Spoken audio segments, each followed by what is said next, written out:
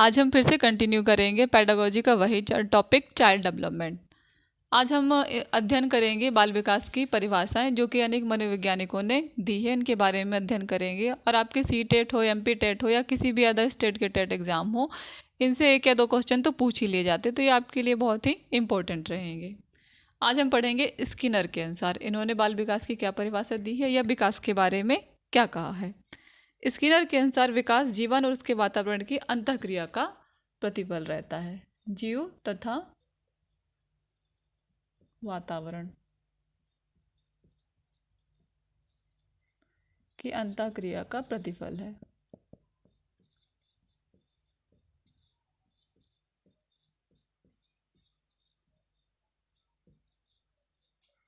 It means इसके अनुसार जीव जो होता है वो वातावरण में रहने के लिए जो सामंजस्य स्थापित करता है, जिस तरह का अनुकूलन करता है, उन सब का अध्ययन हम किस में करते हैं, बाल विकास में करते हैं। तो जो आपस में अंतःक्रिया करते हैं उसमें अपने जीवन को बनाए रखने के लिए, उन्हीं सब का प्रतिफल क्या कहलाएगा, बाल विकास कहलाएगा या विकास कहलाएगा।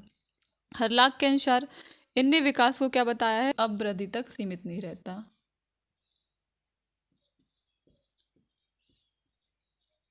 अभिवृद्धि तो आप जानते हैं, ग्रोथ। ग्रोथ के अंतर्गत बच्चे की लंबाई, चौड़ाई और ये सारी चीज़ें आती हैं।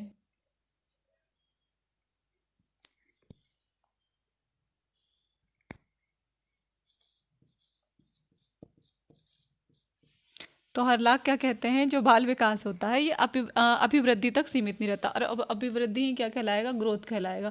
और बच्चे में ग्रोथ किस तरह की होती है, जैसे वो लंबाई चौड़ाई आदि में विकास करता है, ये अभिवृद्धि कहलाती। तो यहाँ तक सीमित नहीं होता, मतलब विकास में सिर्फ आपकी लंबाई चौड़ाई का विकास नहीं होता, बल्कि आपका मानसिक विकास होता, शारीरिक विकास होता, संवेगा के अनुसार। गैसल के अनुसार हमने क्या पढ़ा है कि जो गैसल ने क्या बताया, जो विकास किस तरह होती है, विकास प्रत्यय से अधिक है, मतलब एक देखा, जांचा और किसी सीमा तक तीन प्रमुख दिशाओं शरीर, अंक, विश्लेषण, शरीर ज्ञान और व्यवहारिक में मापा जा सकता है।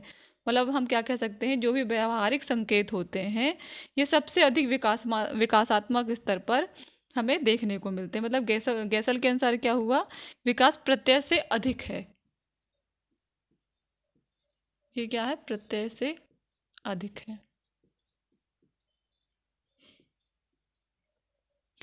गैसल के अनुसार हमने पढ़ा कि जो विकास है वो प्रत्यय से अधिक है, इसे देखा, जांचा और एक सीमा तक इनमें जो विशेषताएं होती हैं, शरीर, अंक, विश्लेषण, ये सारा किया जा सकता है, मतलब व्यवहारिक माप की जा सकती है।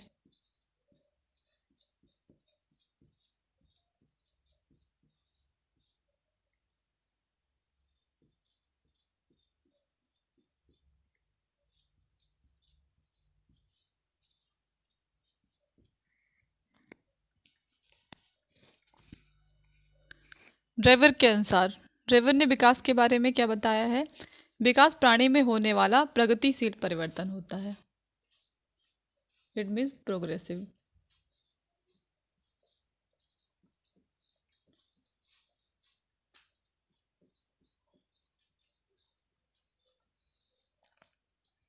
ड्रेवर के अनुसार विकास प्राणी में होने वाला प्रगतिशील परिवर्तन है, और इसमें हम क्या देखते हैं, वह किसी लक्ष्य की ओर लगातार निर्देशित होता रहता है।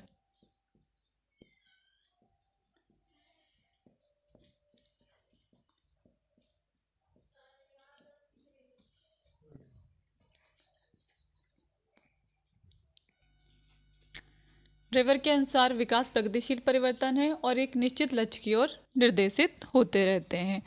इनके अंतर्गत क्या पढ़ते हैं कि किसी भी जाति में भ्रूण अवस्था से लेकर प्रौढ़ावस्था तक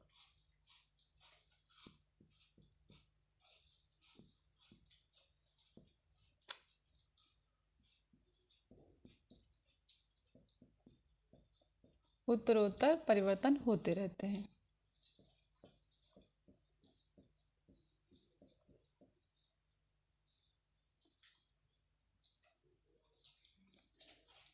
अब हम पढ़ेंगे मुनरो के अनुसार। मुनरो के अनुसार क्या है, इनने विकास के बारे में क्या बताया है कि परिवर्तन श्रृंखला की उस अवस्था को कहते हैं विकास, जिसमें बालक भ्रूण अवस्था से लेकर प्रौढ़ावस्था तक गुजरता है। मतलब बच्चे में भ्रूण अवस्था से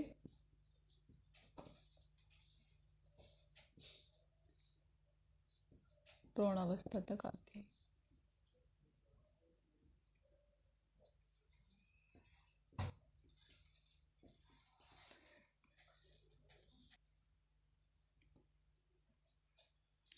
इट मीन जब बच्चा का भ्रूणावस्था में रहेगा, फिर उस पे शेषावस्था आएगी, फिर बालावस्था, किशोरावस्था, और उसके बाद वह किस अवस्था में आएगा, प्रौढ़ावस्था तक आएगा।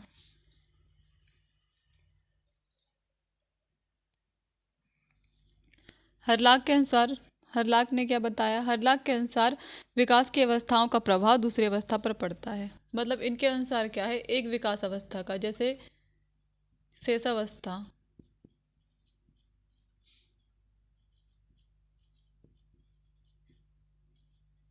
इसके बाद फिर क्या आती है, बाल्यावस्था।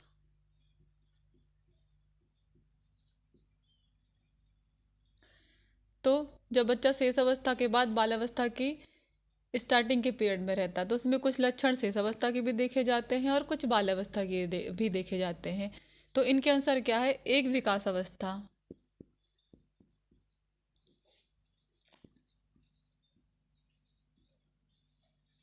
में जो परिवर्तन है, उसका असर दूसरी अवस्था में देखने को मिलता है।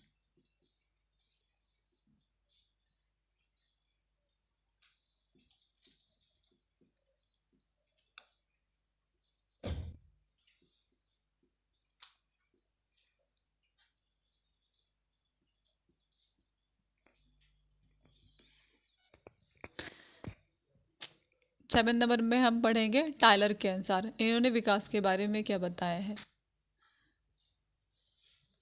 विकास की सभी मनोवैज्ञानिकों ने अपने अनुसार परिभाषा दी है, जिसके बारे में आज हम डिस्कस कर रहे हैं, और इससे कॉम्पिटिशन एग्जाम में क्वेश्चन पूछे ही जाते हैं। अगर आपने विकास की सारी अवस्थाएं पढ़ ली हैं अच्छे से, जैसे शेषावस्था, बालावस्था, किशोरावस्था, ये सारी चीज़ें पढ़ रखी हैं, तो आप ये क्वेश्चन अपने आप ही सॉल्व कर देंगे, क्योंकि विकास में ही सारी अवस्थाओं के बारे में ही डिस्कस किया जाता है, इससे ज़्यादा और कुछ नहीं। तो टायलर के अनुसार विकास एक दिशा की ओर जाने वाला मार्ग होता है।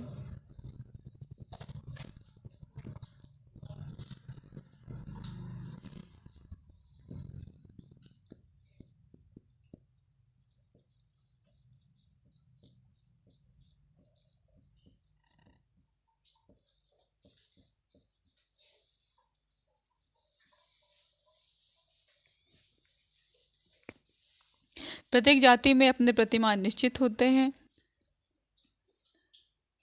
चाहे जानवर हो या मनुष्य,